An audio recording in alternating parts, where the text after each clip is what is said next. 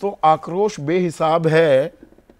उत्तर प्रदेश का मौसम खराब है, और मैं सियासी मौसम, सामाजिक मौसम, राजनीतिक मौसम की बात कर रहा हूं विनोद। मौसम तो वाकई खराब है, और मौसम 4 जून से ही खराब होना शुरू हुआ है उत्तर प्रदेश का।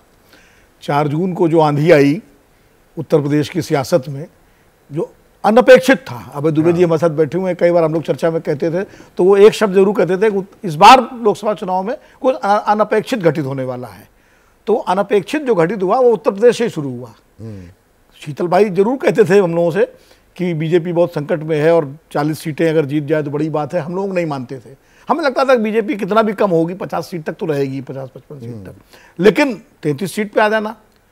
अब वो तो हो गई बात। अब समस्या ये आ गई है कि ये अभी तक ये जो हार हुई है बीजेपी की उत्तर प्रदेश में, इससे बीजेपी उत्तर प्रदेश में मुझे लगता है संभल नहीं पा रही है। नहीं, राजनीतिक पहलू पर जाने से पहले जो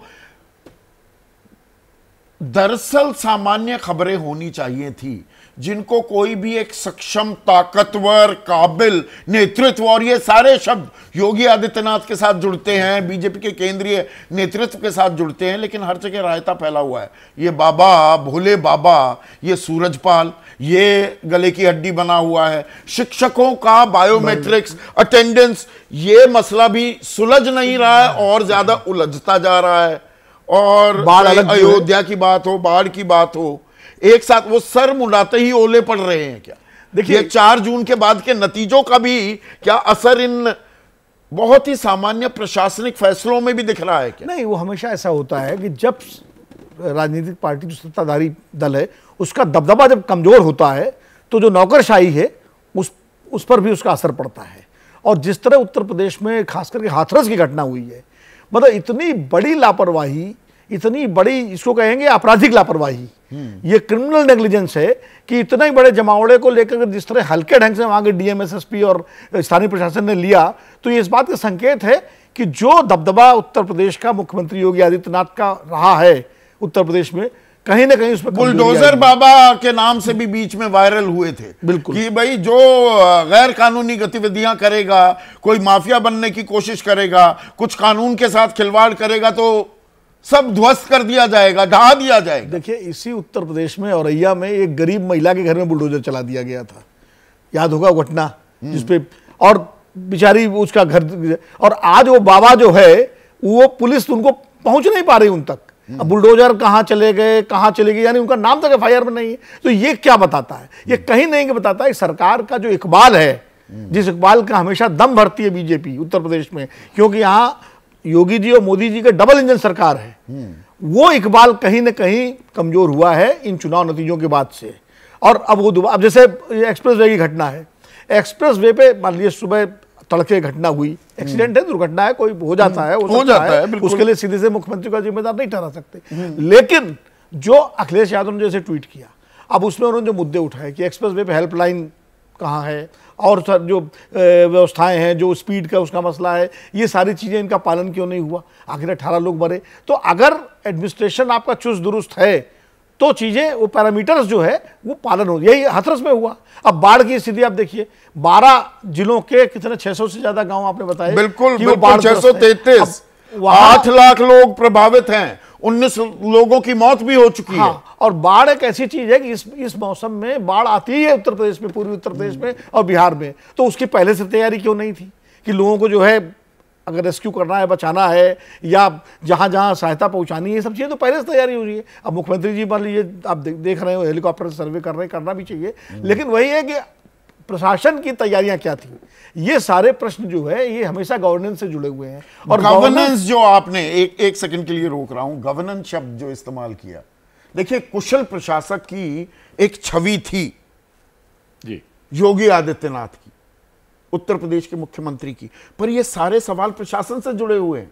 चाहे वो बाबा का मामला हो, वो शिक्षकों की अटेंडेंस का मामला हो, वो बाढ़ के कंट्रोल करने की बात हो, या बस कैसे चल रही है, किसके नाम पर परमिट दिए जा रहे हैं, ये प्रशासन से जुड़े सवाल हैं। बिल्कुल, समस्या ये है कि उत्तर प्रदेश में राजनीतिक दो फाड़ चला आ रहा है, जिसका इलाज बीजेपी नहीं कर पाई है। दोनों उप मुख्यमंत्री और मुख्यमंत्री आमने सामने हैं, अभी बीएल संतोष की एक मीटिंग हुई जिसमें इस सबको मतलब सबसाइड करने की कोशिश हुई।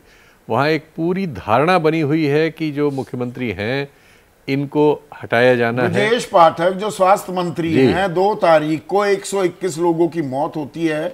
अगले दिन 10 से 11 के बीच में वो दिल्ली आते हैं और ये मैंने सवाल पूछा था शीतल कि कौन है भाई बीएल संतोष, होंगे कितने बड़े नेता बीजेपी के, क्या वो मंत्री है जी, चाहे उत्तर प्रदेश में और चाहे केंद्र सरकार में जी। तो ब्रजेश पाठक उनको क्या रिपोर्ट देते घूम रहे थे, उसके बाद गए हैं वो हाथरस।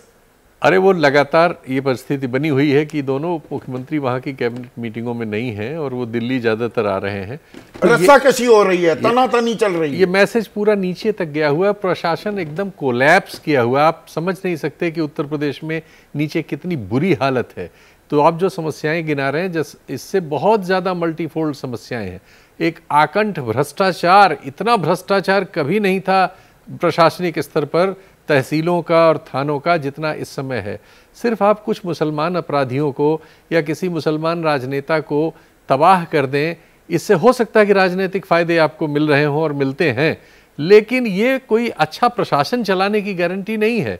ये प्रशासनिक मामलों में त्वरित फैसले करने की काबिलियत की भी गारंटी नहीं है। और ये ताकत थी योगी आदित्यनाथ की। जी, अब योगी आदित्यनाथ के बारे में अगर उनका केंद्रीय नेतृत्व साफ साफ चीजें स्पष्ट नहीं करता और इस तरह की एक तलवार लटकाए रहता है कि वो गोरखपुर में 4 दिन पड़े रहें, वहाँ संघ के सरसंघ चालक पड़े रहें और दोनों ग्रुप से खबरें छपवाई जाएं। एक ग्रुप कहे कि आज मुलाकात होनी है, दूसरा कहे कि नहीं, मुलाकात का कोई शेड्यूल ही नहीं कहा जाता है गाड़ी में वो बैठे थे, फिर यहाँ हुई, कोई कहे फोन से हुआ, फिर उसके बाद प्रेस नोट आया कि ऐसा कुछ नहीं हुआ।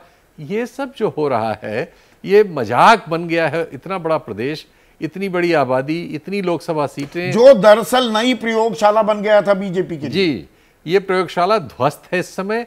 लेकिन अब समस्या ये है कि ऐसा डर भी पैदा करने में लोग सफल हैं कि जो जिलों के बेचारे पत्रकार वगैरह हैं, बहुत सारे जेलों वगैरह में डाल दिए गए, तो बहुत सारी खबरें दबी रह जाती हैं, बहुत मुश्किल से बाहर आती हैं।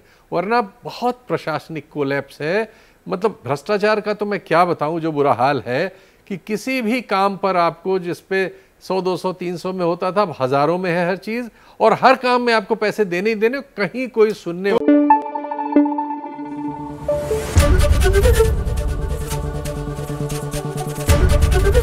एबीपी न्यूज आपको रखे आगे।